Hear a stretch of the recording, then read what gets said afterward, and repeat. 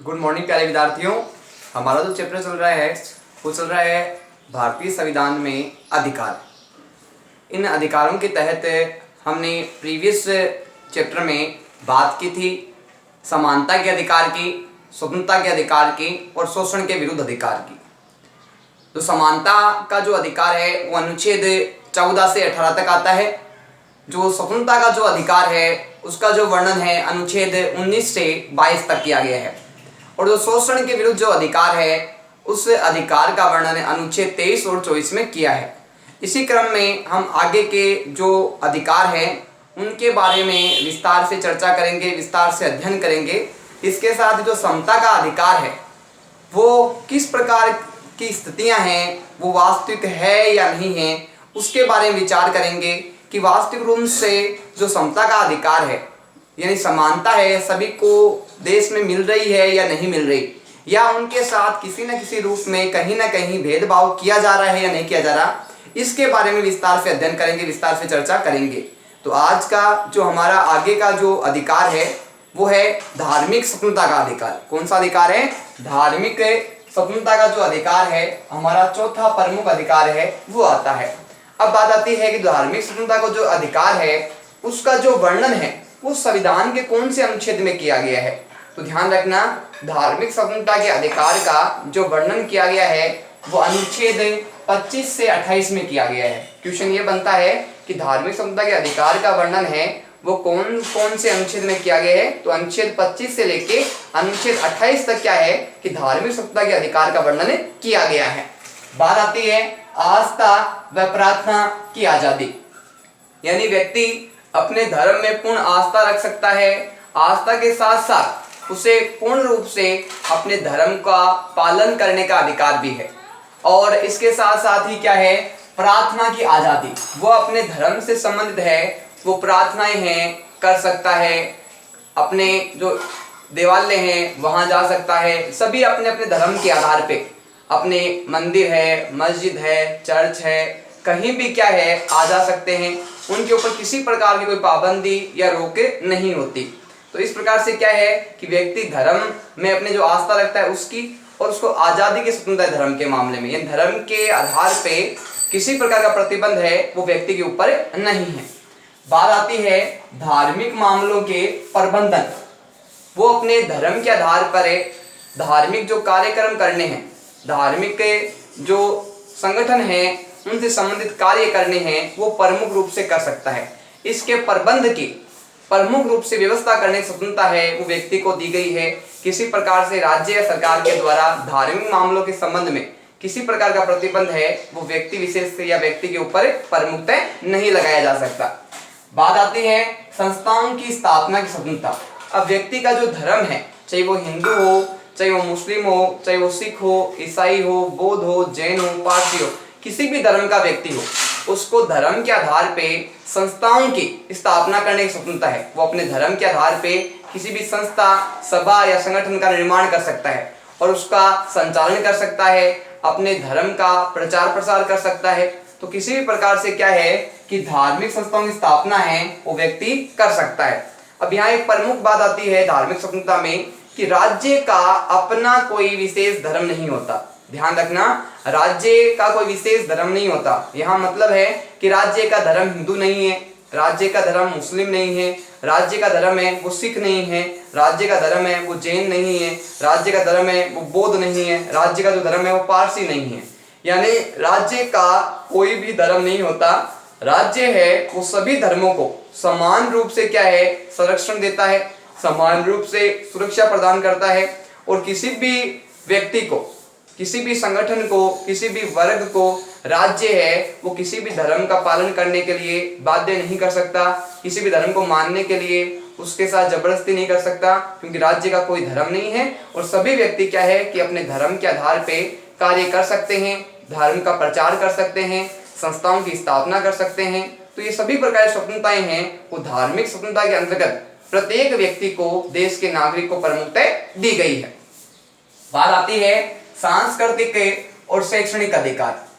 अपना जो पांचवा जो अधिकार आता है वो आता है सांस्कृतिक और शैक्षणिक अधिकार से संबंधित। इस अधिकार का जो वर्णन किया गया है वो वर्णन किया गया है अनुच्छेद 29 से 30 में। पांचवा अपना अधिकार कौन सा है?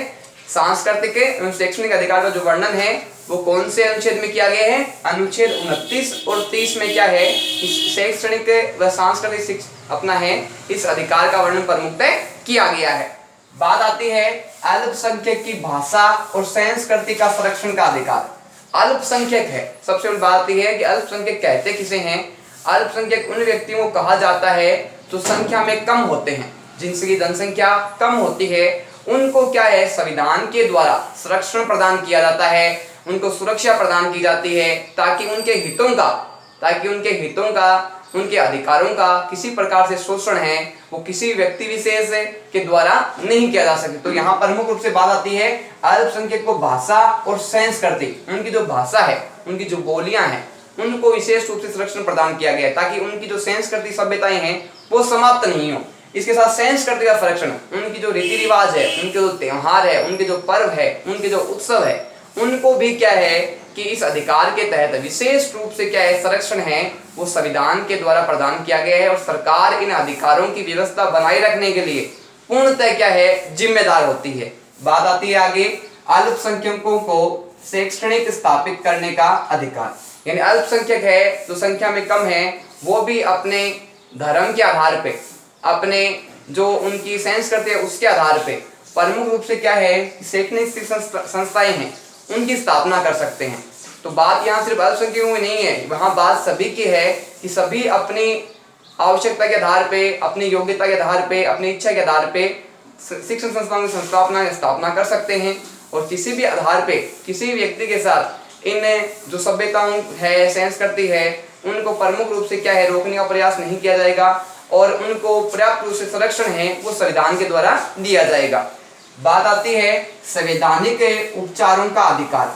हमारा जो अंतिम अधिकार है जो संविधान में वर्णित है वो है संवैधानिक उपचारों का अधिकार। इसका जो प्रमुखतः वर्णन किया गया है वो अनुच्छेद 32 में इसका प्रमुखतः वर्णन देखने को मिलता है। अब बात आती है कि जो संवैधानिक उपचारों का जो अधिकार है इसमें प्रमुख रूप से किन अधिकारों की व्यवस्था दी गई है। तो हमने जो ऊपर अधिकारों की बात की, चाहे वो समानता का अधिकार हो, चाहे वो स्वतंत्रता का अधिकार हो, चाहे वो शोषण के विरुद्ध अधिकार हो, चाहे वो धार्मिक स्वतंत्रता का अधिकार हो, चाहे वो सांस्कृतिक एवं शिक्षा संबंधी अधिकार हो, तो इन सभी अधिकारों की रक्षा कौन करेगा? इन सभी अधिकारों की व्यवस्था कौन करेगा? अगर किसी भी अधिकार का उल्लंघन होता है किसी के भी द्वारा, चाहे वो राज्य हो, चाहे सरकार हो, किसी व्यक्ति विशेष के द्वारा हो, तो उसकी सुरक्षा का दायित्व किसका होगा? तो इसलिए क्या है ये जो छठा अपना अधिकार है संवैधानिक उपचारों का अधिकार, ये सबसे महत्वपूर्ण है, सबसे इंपोर्टेंट अधिकार बनता है। कौन सा? संवैधानिक उपचारों का अधिकार। इसके तहत अपने जो अधिकार है उनकी सुरक्षा का दायित्व प्रमुख रूप से संवैधानिक उपचारों की व्यवस्था के तहत प्रमुख रूप से किया गया है। इसमें बात आती है प्रमुख रूप से मौलिक अधिकारों को लागू करना। जो व्यक्ति को, जो संविधान ने व्यक्ति के व्यक्तित्व के विकास के लिए, उसके भविष्य को संवारने के लिए जो अधिकार प्रदान किए हैं, उन अधिकारों को जो लागू करने का प्रमुख कार्य है वो प्रमुख रूप से क्या है कि संवैधानिक उपचारों की जो व्यवस्था आती है इसके तहत प्रमुख रूप से किया जाता है। बात आती है आगे न्यायालय में जाने का अधिकार। अगर किसी भी व्यक्ति के अगर किसी भी मौलिक अधिकार का उल्लंघन होता है तो उसे प्रमुख रूप से क्या है कि न्यायालय में जाने का अधिकार होता है। क्योंकि किसी के द्वारा भी क्या है, चाहे वो राज्य सरकार हो, चाहे कोई व्यक्ति विशेष हो, अगर किसी व्यक्ति के किसी भी मौलिक अधिकार का उल्लंघन हो रहा है तो उसे प्रमुख रूप से सुरक्षा पाने का अधिकार है। और वो सुरक्षा के लिए कहाँ जा सकता है? न्यायालय में शरण ले सकता है। और न्यायालय उचित और अनुचित इनका क्या है भेदभाव करते हुए प्रमुख रूप से क्या है कि न्यायालय की शरण ले सकता है और अपने जो मौलिक अधिकार मिले हैं उनकी सुरक्षा प्रमुख रूप से हो पाएगी। अब हम चर्चा करेंगे कि जो संविधान के द्वारा व्यक्तियों को जो मौलिक अधिकार दिए गए हैं, जो अधिकार दिए गए हैं, क्या वास्तव में ये सभी व्यक्तियों को समान रूप से जो है वो समाज में उपलब्ध होते हैं या नहीं होते, या किसी न किसी आधार पे व्यक्ति के साथ है वो अन्याय किया जाता है, भेदभाव किया जाता है। इसलिए हमें प्रत्येक जो अधिकार है उसकी विस्तृत चर्चा करेंगे, विस्तृत अध्ययन करेंगे और कुछ उदाहरणों के माध्यम से समझने का प्रयास करेंगे कि आज भी कुछ जगह ऐसे देखने को मिलता है कि व्यक्ति को उसके जो अधिकार है वो समान रूप से नहीं मिल रहे और कहीं ना कहीं किसी न किसी रूप में उसको उसके अधिकारों से वंचित है, किसी न किसी रूप में किसी न किसी व्यक्ति विशेष के द्वारा या सामान्य व्यक्ति के द्वारा उसके अधिकारों का जो उल्लंघन है वो प्रमुख रूप से देखने को मिलता है। तो हम बात करेंगे सबसे पहले समता के अधिकार की। समता का जो अपना अधिकार है उसका वर्णन है वो अनुच्छेद 14 से 18 में किया गया है। कौन से अनुच्छेद में किया गया है? अनुच्छेद 14 से 18 में जो अपना समता का अधिकार है, जिसको समानता का अधिकार भी कहते हैं, इसका वर्णन प्रमुखतः किया गया है। इसके आधार पे हम दो स्थितियों पे प्रमुखतः चर्चा करेंगे जिनमें ये स्पष्ट होता है कि व्यक्ति के साथ समानता है वो नहीं अपनाई जा रही, व्यक्ति के साथ असमानता की जा रही है, उसके साथ भेदभाव किया जा रहा है, जबकि संविधान स्पष्ट रूप से कहता है कि किसी भी व्यक्ति के साथ किसी भी स्थिति में किसी प्रकार का भेदभाव नहीं होना चाहिए। तो दो स्थितियां ऐसी है जिन पे हम प्रमुख रूप से विचार करेंगे। बात आती है पहली स्थिति की। पहली स्थिति है वो एक गांव से संबंधित है और उसके बारे में हम चर्चा करेंगे। बात आती है स्वदेश गांव गया और साथ में एक दोस्त भी था। स्वदेश है वह अपने गांव गया और गांव गया तो तब उसके साथ में क्या है, उसका एक दोस्त है, एक मित्र है, वो भी उसके साथ है, गांव गया। और उसी पे आधारित ये जो है असमानता की व्यवस्था, उसके बारे में हम चर्चा करेंगे। अब जब वो गांव गया, स्वदेश के साथ उसका दोस्त है, तो उसके साथ कुछ असमानता देखने को मिलती है, उसी के आधार पे हम चर्चा करेंगे। बात आती है गांव के एक होटल में चाय पीने के लिए वो ठहरे। गांव का एक होटल है जहां प्रमुख रूप से क्या है कि वो ठहरते हैं, रुकते हैं चाय पानी पीने के लिए, और वहां जो व्यवस्था देखने को मिलती है वो वास्तव में क्या है, एक आश्चर्य में डालने वाली व्यवस्था है कि वह व्यवस्था कैसे वर्तमान समय में हो रही है। तो गांव के होटल में वह चाय पानी पीने के लिए रुकते हैं और वहां से संबंधित ये व्यवस्था प्रमुख रूप से देखने को मिलती है। बात आती है दुकानदार ने स्वदेश को जानता है। दुकानदार है वो स्वदेश के गांव का ही है, इस कारण क्या है वो स्वदेश को अच्छी तरीके से भली प्रकार से जानता है, उसकी हर प्रकार से परिचित है उससे। बात आती है आगे, मित्र की जाति पूछने के लिए उसका नाम पूछा। जो स्वदेश के साथ है उसका जो मित्र आया था, उसका जो दोस्त आया था, उसको जो दुकानदार है वो उसको अपरिचित है, उससे उसको जानता नहीं है, इसलिए वो दुकानदार क्या करता है कि स्वदेश के मित्र से उसकी जाति पूछता है, उसका धर्म पूछता है और उसकी जानकारी करता है कि वो कौन सी जाति का है, कौन सी धर्म का है। जबकि हमारे संविधान में स्पष्ट व्यवस्था दी गई है कि जाति और धर्म के आधार पे किसी भी व्यक्ति के साथ किसी प्रकार का भेदभाव है वो नहीं होना चाहिए। तो बात आती है कि मित्र की जाति पूछने के लिए उसका नाम है वो पूछा गया, किसके द्वारा? दुकानदार के द्वारा, ताकि उस व्यक्ति का परिचय है वो जाति और धर्म के रूप में प्रमुखतः हमें मिल सके, प्राप्त हो सके। बात आती है दुकानदार ने स्वदेश कुमार को एक सुंदर कप में चाय दी। दुकानदार है वो स्वदेश से परिचित था, उसको अच्छी तरह से जानता था, उसकी जाति धर्म को जानता था, इस कारण क्या है कि दुकानदार ने स्वदेश को जो चाय दी वो क्या है एक आकर्षक और सुंदर कप में प्रदान की। ध्यान रखना यहाँ पे स्वदेश को जो चाय दी गई है वो दुकानदार के द्वारा एक सुंदर और आकर्षक कप में दी गई है। जबकि हम बात करें आगे कि दोस्त को कुल्हड़ में चाय दी क्योंकि वह दलित था। अब दोस्त को एक सुंदर कप में चाय नहीं दी गई है, उसको जो चाय दी गई है वो कुल्हड़ में दी गई है। कुल्हड़ है वो मिट्टी का बना हुआ होता है और उसमें क्या है कि स्वदेश के दोस्त को, मित्र को चाय दी गई है।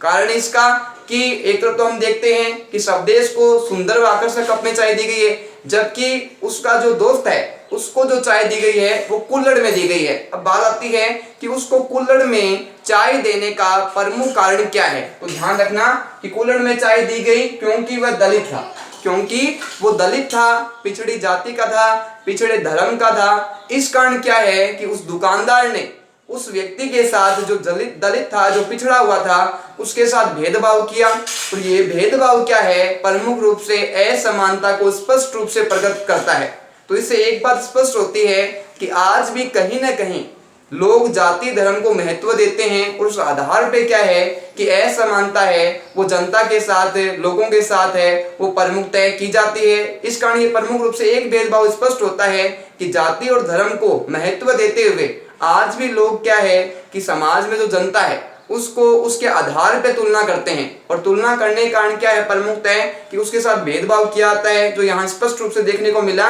कि स्वदेश को, आकर्षक को सुंदर कप दिया गया, जबकि जो उसका दोस्त है उसको कुल्हड़ में चाय दी गई। इसका कारण क्या था कि वो दलित जाति का था।